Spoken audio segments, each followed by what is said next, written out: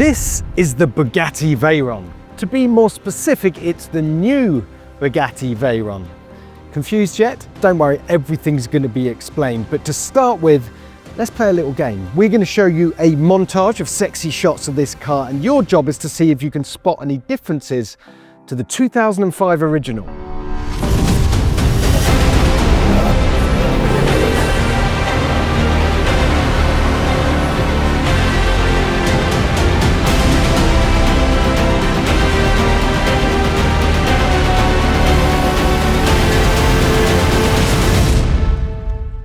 All right, enough teasing. The actual name of this car is FKP Hommage. It's named after legendary VW Group chairman Ferdinand Karl Piëch, the mastermind behind the original Veyron.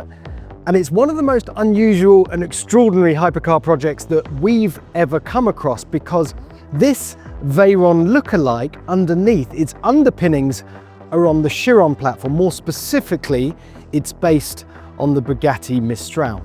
It's a car built to celebrate 20 years of the Veyron. Now, the original Veyron concept was revealed at the 1999 Tokyo Motor Show, but the production car wasn't shown until 2005. And to be clear, we're filming this in December 2025, which is 20 years. You're probably watching this at the end of January 2026 because of something called an embargo.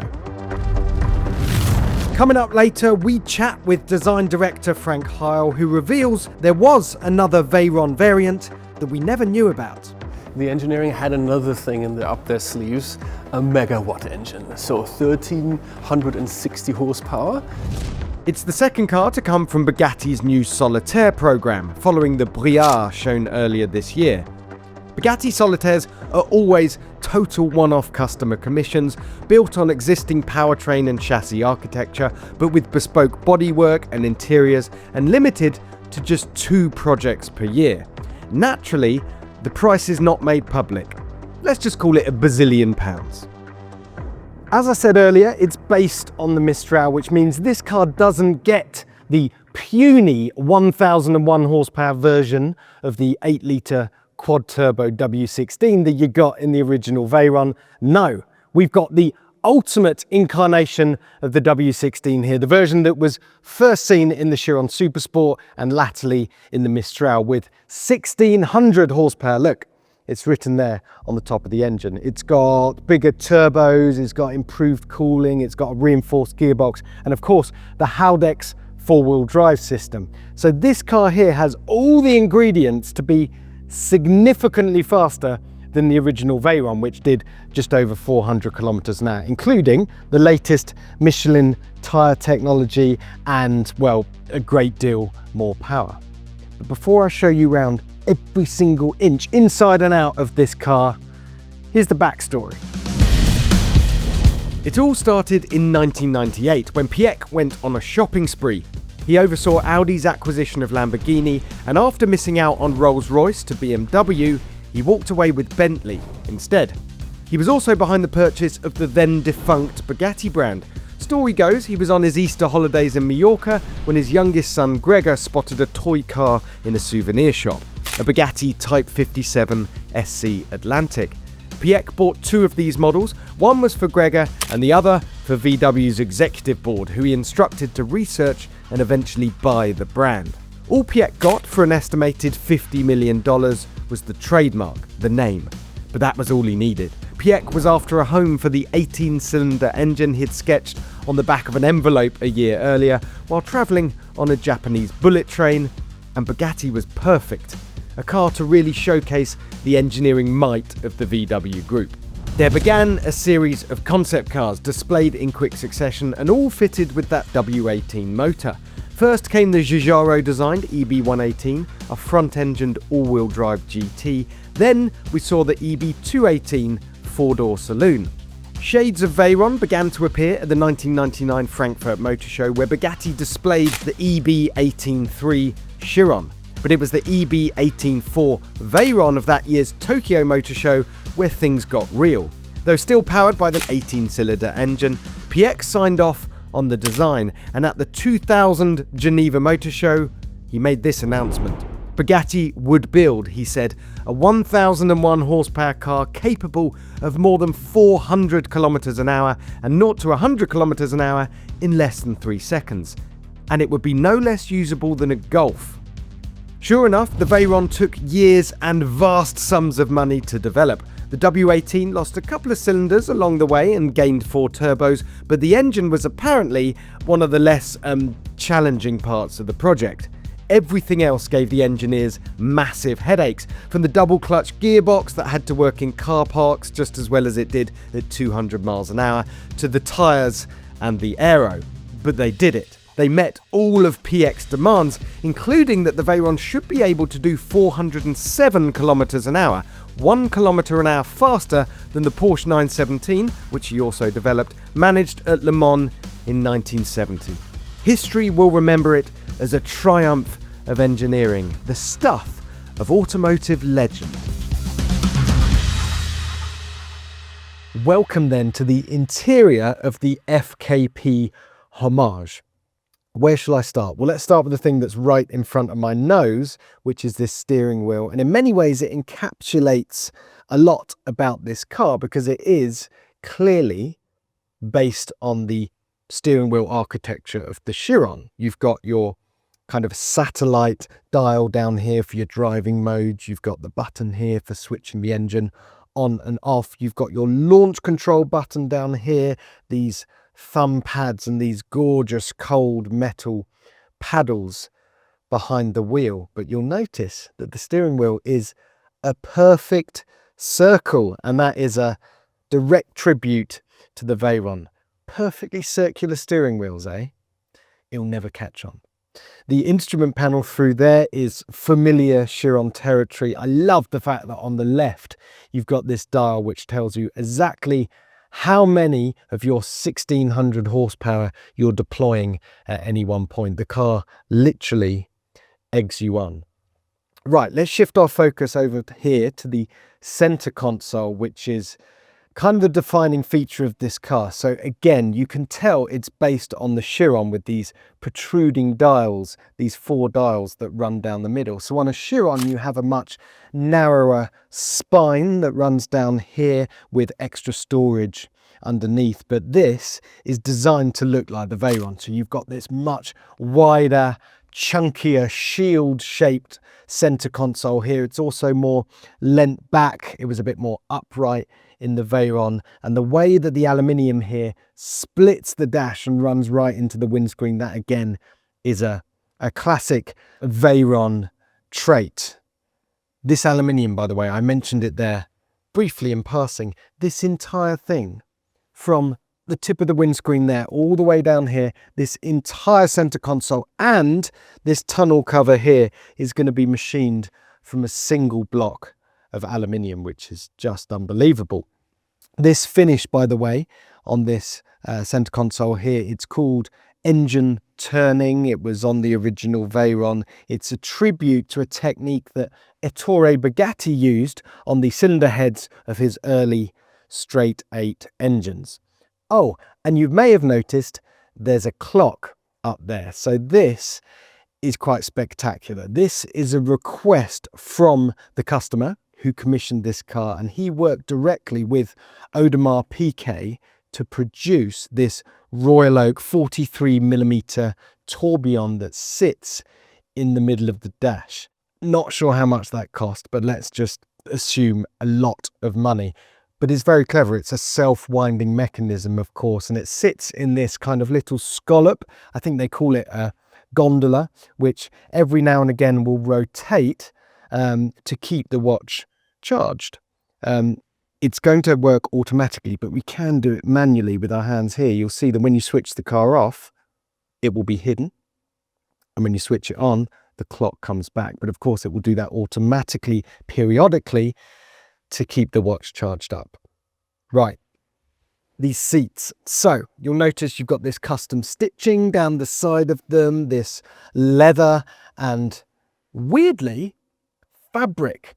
Yes, fabric like you get in a Bogo Dacia Sandero. But here it's not quite the same thing. You couldn't even order fabric on the Veyron or the Chiron for that matter. It's something that Bugatti has introduced for the tourbillon, and they call it car couture fabric. It's woven in Paris. It's the highest of highest end.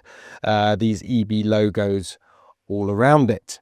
Speaking of which, there are some lovely little Easter eggs dotted around the interior as well, such as the FPX signature on your headrest, and then down here by my knees we've got Pierre Veyron's signature, the legendary Bugatti racing driver.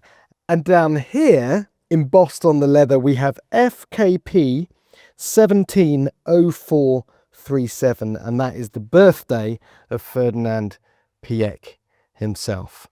I'm just going to spend a bit more time in here because it's a rather lovely place to be. It's quite some flex, this car, isn't it? As if owning a Veyron or a Chiron or even a tourbillon wasn't enough. Nah, I own a Veyron that's based on the Chiron, and it's a one-of-one, mate. Right, let's take a look at the outside, shall we?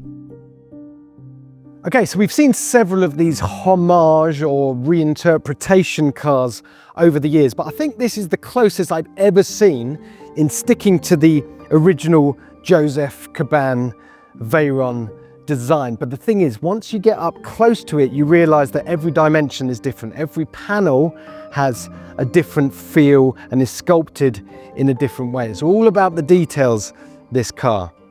So let me take you around them. We'll start here with the Horseshoe Grille. So it's wider than on the original Veyron, but crucially, you get this fuselage effect. So if you stand right here in the middle, you can see the way that the black line wraps right around the cockpit and then swoops down here to sort of surround this Horseshoe Grille. And it's actually sitting just proud, just prominent of this front bumper piece, like it's sort of busting through the front end. On the original Veyron, that was in a much flatter plane right across the front of the car. Intakes, so bigger intakes either side, but they've still got that lovely curved edge on the outside, just like the Veyron. And the headlights, so that's what gives the front of this car a really quite different character. You've still got the three elements that you got in the Veyron headlights, but now they're much lower and wider. It's squinting at you. You've got these L-shaped LEDs that run across here, and there is an absolutely fascinating story behind these headlights and the redesign in general that I'm going to pick up a little bit later in the video with Frank Heil, the head of design. So stick around for that. Let's come around the side of the car here. I should mention with the paint, this isn't black, this is exposed carbon fiber, and the red paint here is actually silver base coat, and then they put a tinted red clear coat on top, which just gives it more depths and more interesting reflections. Speaking of which, this little bit of sculpting here on the front fender, it's much deeper and more pronounced than it was on the original Veyron, and that's actually a nod to the original show car, which was a bit more like this, the 1999 Tokyo show car. In terms of the wheels, there's another big story here. So these are 20-inch at the front, 21-inch at the rear. They're a reinterpretation of the Machiavelli wheel design, a little bit more three-dimensional. They look fantastic. The original Veyron, by the way, had 18.6-inch wheels at the front and 20-inch at the rear. And of course, you've got the latest Michelin Pilot Sport Cup 2 tyres on this one, rather than the bespoke tyres that you had on the Veyron. Coming down the side of the car, little badge here, you can see the 20 years and the FKP Hommage right there. This area of the car is really interesting. So I mentioned earlier that it's based on the Mistral. Why not the Chiron Supersport? Well, that's because if you think about the shape of the Chiron, the way that the roof curves around and immediately turns into an air intake around here, it's a structural part. Whereas with the Mistral, it doesn't have a roof, so that bit's already gone. So you can create this perfect flat, smooth area here, and you've got the air intake a little bit lower down. These two, the aluminium ram air intakes, a Veyron signature on the roof. They're slightly larger than on the Veyron because, of course, you've got an engine back there producing a little bit more power. Around the back, there's a few more things to point out. First of all, there it is, this wonder of an engine. So compact, only about 0.65 meters long for a 16-cylinder engine. That's obscene. That's from the way that they staggered the cylinder banks, 8 on each side. The taillights, they are now much more 3D tunnel-like LEDs, but of course with the same circular signature as we're used to from the Veyron. Everything just slightly inflated because of course the dimensions of the platform underneath are that much bigger, so it's slightly wider. You've got a wider exhaust here, you've got a slightly bigger and wider diffuser. And at this point I'm going to call cut, and we're going to pick this story up in Berlin.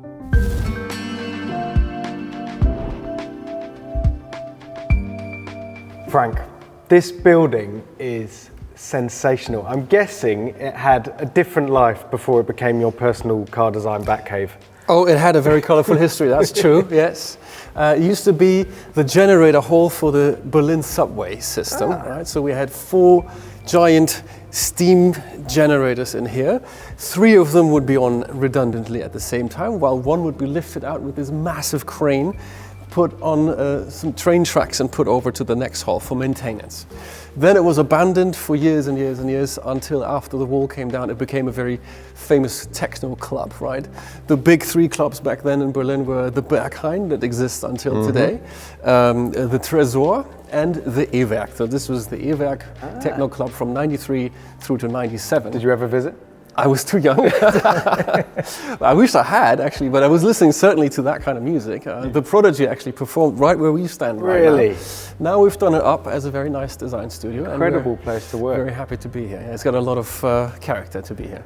Right, this is what we're here to talk about. So I heard rumours that when we saw the FKP Hommage, that actually many, many years ago you had sketched, I'm going to use inverted brackets, a Veyron facelift, yes, yeah. For want of a better phrase, and that never came to be. I imagine the Chiron project sort of took over. Is that true? Have you got the sketches? Tell us the story. There was an in-between stage. We were working on the Super Sport. This is now 2008, 2009. Veyron Super Sport, 1200 horsepower, and the engineering had another thing up their sleeves, a megawatt engine, so 1360 horsepower, and we were going to do, let's say, another variant or actually facelift of the Veyron. Did you have a name for it? Was it it was Veyron called, Plus? It was called the Megawatt Veyron. And until a certain Mr. Ferdinand Piëch walked through the door with a set of charts. He's an engineer, so he actually drew the charts himself. Power versus drag. And he said, if we have 1500 horsepower, I'll calculate it, we can go 450 kilometers an hour, gentlemen. So guess what we're doing? We're doing not a megawatt, we're doing 1500 horsepower. And born was the whole thing, okay, back to the drawing board for the engineers. And you didn't want to just put 1500 horsepower in an updated Veyron, it kind of warranted a whole new It wouldn't have worked. So then you really would have had, to go 450, you would have needed the cut-off rear end that we then implemented in the Chiron. Much bigger air intakes in the front. So the whole, okay, let's upgrade the Veyron a little bit idea. Was and there was you with your sketches. You'd done all the hard work, and I'll just put these under the. I mean, it was fine. It was fine because Mr. Piëch always had a saying. He would say, "At the next opportunity." So 20 years forward, here's our next opportunity. Wow! And when this project came about, FKP Hommage, is it customer led? So does a customer come to you with an idea? Or obviously it's 20 years. It's of mutual. Veyron, So this is, you have to imagine the group of customers, the circle of customers is a very small, intricate family.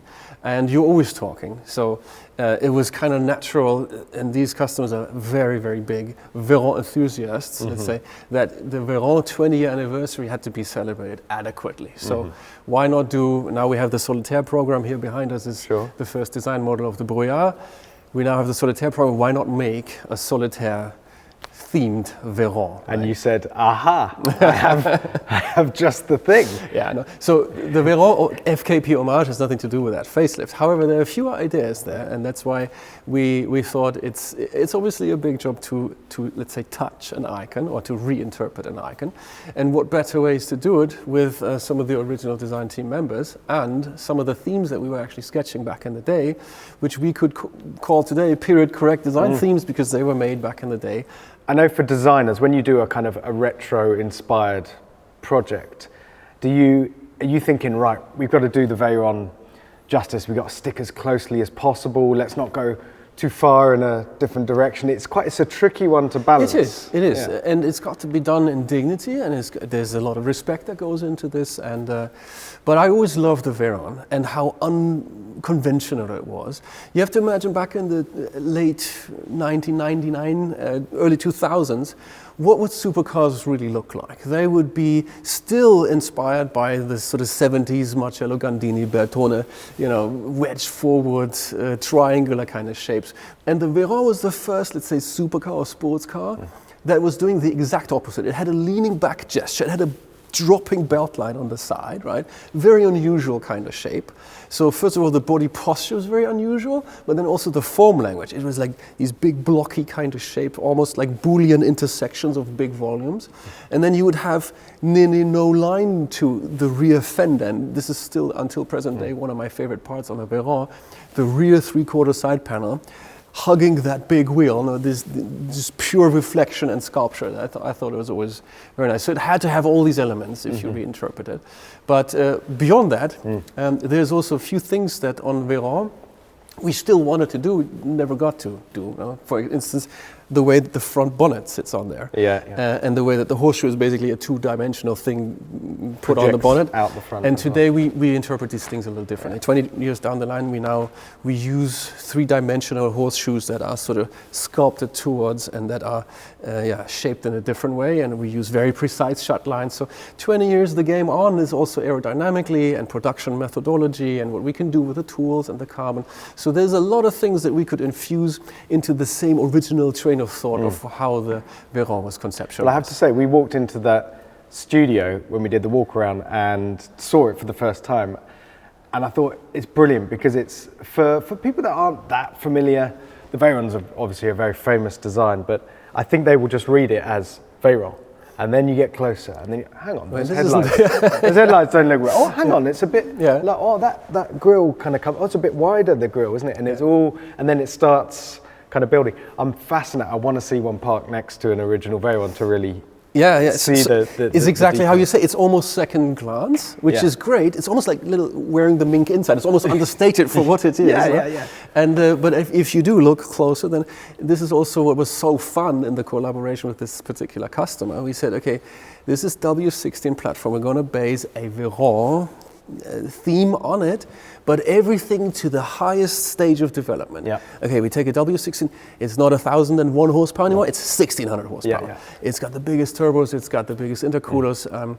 It's not just a black paint, no, it's exposed carbon fiber with 10% black pigment in the clear coat. So second read, you go up close and see, oh, it's actually not just black, it's black exposed carbon fiber. It's not just red paint, it's like actual liquid metal paint with red pigment in the clear coat. So you get that spec roll off, you get the paint like modeling the 3D sculpture of the car nicely, as in a paint compound that wouldn't have been available 20 years ago. Or the tires. So now we put Chiron tires on a Veyron, right? The Veyron had a Pax tire system with an 18.6 inch wheel in the front. Now that's a 20 inch wheel. The rear was a 20 inch, now it's a 21 inch. So that changes the proportion. Overall, the car is still the same height, so you get bigger wheels on the same height car. It just gives it that much more stance. So everything is developed to the latest stage. Let's say the common denominators, the bridge towards the themes that we were sketching back then, is mainly the headlights and the taillights. So we were sketching back then on headlights for facelift idea, also for new projects, that had L-shapes that connect into the crease line over the front wings. So here, for example, this is one of the original sketches where we had L-shaped DRLs that connect into the crease line over the front wings. wider horseshoe. We did have a wider Or is horseshoe that already. just sketch exaggeration? No, that's we're thinking already about the wide horseshoe. Here you see little Frankie 2009, and there was the sketches on the wall with the wide horseshoe, yeah, and still sketching with just the biro, right? Yeah. And that was the same year that we were basically. Which year is this? This is 2009. 2009. Still working on the clay models back then. What's very interesting also is the taillights. So on the taillights we worked, obviously the signature rear fascia of a Veyron is this 4 circles, right? So, but now we have light guiding technologies that you can go ultra slim, and then it's set into the carbon fiber with a really slim machined from solid aluminium frame. But the light guiding idea, and this is also a sketch from 2009. You see it's how pixelated it is. That was like Windows 95. Yeah, Windows 95. Yeah, 8-bit. Photoshop 0.1. Those were still the first ideas back then. Okay, let's do light guiding kind of technology. Making something 3-dimensional that's always traditionally been a surface. Yeah. So making something that's 2D, have some depth to it, no? And this leads really into the kind of next part. So obviously, there we are. There's the link from kind of original Veyron, what you were working on, to this FKP Hommage. But the design story of the original Veyron is obviously a lot of focus is always on the insane engineering that went into that car. But the sort of design genesis of it was crazy. There were so many concept cars and show cars, and it went here and there, and it went everywhere. I think 98 was the EB118 is where it started. Yeah, so where it began? With Mr. Piëch buying the Bugatti brand, immediately it was set out, okay, what can we do with the brand? And the 218 and 118 concepts were born. No? The one was a coupe and the other was a 4-door, both carrying the 18-cylinder, which leads us back to the original drawing, the famous drawing that he did. So 18-cylinder back then meant, however, 3 cylinders, three banks, right? Yeah. And 3 turbochargers, 1 turbocharger for each bank. So that's why it was called 18.3. So born with those 2 concepts, and then it was the whole project was then said, okay, no, let's do a mid-engine supercar. Yeah. So also back then, Giugiaro did the 18.3, which was back then actually already called Chiron. Bizarrely was Chiron before Veyron. The name was then later on reused. But just on the first 2 concepts, what's your take on them design-wise? They're quite, I mean, obviously they are of their time. They're very different to where you've ended up, and the kind of extreme purport. Even the Veyron 18.4. Yes. So from the 18-cylinder, 18.3. Then the competition was opened also to the in-house design team around Hartmut Vakus and Joseph Caban, who actually penned down what we know as a Veyron today, and that was their proposal. Then there was another proposal done by Walter de Silva and Steve Lewis in Spain, actually. And so all of a sudden you'd find yourself with 3 different proposals. And in the end, Mr. Piëch selected what we know as a Veyron today. That car was built as a concept car. It was presented in Tokyo, 1999, September, still as an 18-cylinder. And shortly after, the whole concept of having 18 cylinders proved to have some, let's say, difficulties. And then Frank got the crayons out. No, so what he had in mind with the 18-cylinder was you would have 3 banks, right? 1 central crankshaft. And then there would be a cold air intake from this side and this side, and from this side, and this is exactly where the problem is, because the hot air would come out here, so the exhaust would come out here, and the exhaust would come out here and here. So what do we have? We have a cold air intake that has a hot air exhaust header right next to it. So this last cylinder bank, this one here, would always have a slightly higher intake temperatures than the other 2.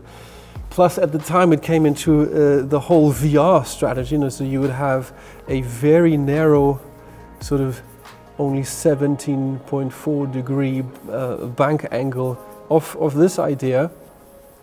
There would be a combined cylinder head, and the cold air intakes for that would be short from one side and the longer every second cylinder. So it lent itself not as much for naturally aspirated, but for turbo.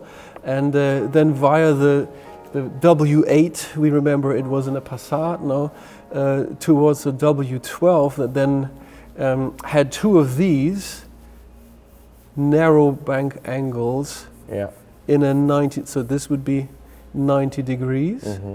So this would result into a kind of a block that looked like this, and that would have two cylinder heads. And then to scale up that idea to 16. to the 16, no? So W16 meant you had big turbos down here, no? And this is where we come also to the tourbillon. This engine was very short, so it was only 645 millimeters long. A tourbillon engine is like 1,000 millimeters long, no? So that's because it doesn't have the staggered layout. So this engine would have cylinders that from top view would be staggered like so, no? 8 of them.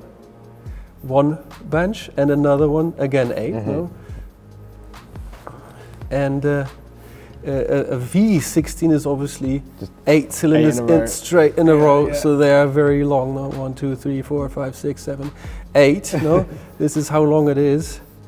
But that meant that the engine would ultimately be very narrow, still 90-degree bank angle, no turbos down the bottom. So what does that mean? You can pull up a fair amount of diffuser channel. And that's where the whole idea for the tourbillon diffuser that is so aero efficient that you don't even need a rear wing anymore to deploy in top speed mode. And this is all the learnings that we get from 20 years of doing these high speed programs. This is why a designer concentrates in the engineering meetings, because the length of your engine... Where's my chance here? Sorry, did you say no turbos? I've got an idea for that. Okay, back to the main bit. And then we move onwards through the whole production development cycle, which was very challenging to get the car, because obviously, as we know, very public, because Piëch was making very public targets, wasn't he? That the engineers then had to meet. And this is also interesting if you dive into what inspired him to set out those targets. No, so you have to remember he came from motorsport. He built up Porsche Motorsport to world famous Le Mans wins. How did you do that? Porsche 917 program, the long tails, they would go beyond 400 kilometers an hour on the Une Straight in Le Mans. This is prior to even having chicanes there. Why? Because his whole race strategy was, let's just outright outpace everyone else on the straight and leave the corners to the others, or make ourselves wider so nobody can overtake. And that won him all this fantastic wins. Cool, thinking outside the box. Is the development and the design process easier or smoother these days because you've made your direction and now you need to follow it? Well, if anything, I would say it's more complex even, right? To do a tourbillon, the level of complexity is even higher, actually. But also the technology has moved on, so that's only what even enables us to go this way. Plus all the experience that we've gained. It's now 20 years that we're doing these high-speed programs. There is a lot that we have learned in those days and that we can now apply. For instance, the whole concept of keeping the rear wing not deployed to shape the base shape of the car already so aerodynamically efficient that is. It has its aero balance at top speed without needing a wing. This is a learning that comes, let's say, out of 20 years in doing these high-speed programs, right? If you look at the way that Veyron, design-wise, became Chiron became tourbillon, it's clearly there's this evolution. Often people talk about the 911, of course, that changes a little bit every generation. Is that the idea with Bugatti? Is that what you want to do? Yeah, so this is a very complex question too, because obviously there's our design DNA that makes you recognize a Bugatti, even if you leave the badge away from far away. Okay, it's got a horseshoe, it's got two-tone color, it's got a line on the side, and so these elements we keep revisiting and reinterpreting every generation now again. And we thought once we made this step from a combustion engine, let's say we call it the turbo era, to the hybrid era with the V16, you need to have elements that keep people connected to that. So it was a logical thing to do, let's say. All I want to hear from you now is, what does the Veyron mean to you? What is it? How significant is this car? Because to me personally, so I think Well, first of all, to Bugatti, I think it established the brand, no? And there were critical voices, if you recall, no? 20 years ago. Who needs a car for €1 million? Who needs a car for 1,000 horsepower? Why do you want to go 400? It's laid the foundation for a whole segment that we are now building on. We wouldn't be here at Bugatti if it hadn't been a Veyron, let's say. No? And to me personally, I remember when I joined Bugatti in 2008, I was my first project there was to work on the Veyron Super Sport, and our target back then was 430 kilometers an hour. And I remember once we had the car running, I was in Eralesi in the 8 kilometer straight, used triple guardrail. Back then you could still stand at the guardrail actually. And Pierre-Henri Raffanel would be driving in the center lane, and you would be like one lane off and then the triple guardrail, and that's where you would stand. And I remember he would be plowing by with 330 kilometers an hour, and your trousers would be doing this, and I would be, oh yeah, this is what I want to be doing for, I don't know, as long as I can. No? So that was my moment back then. So fast forward almost 18 years now. Yeah? It's an incredible project. It's such an exciting one for us to revisit there. I can't wait to see the Chiron tribute on the Tourbillon platform. Your words, not mine. Right. Now, is there anything around here you're not allowed to show me? Everything else behind this table. Please keep your eyes focused. We'll have to turn these cameras off and we'll go and have a look around. Perfect.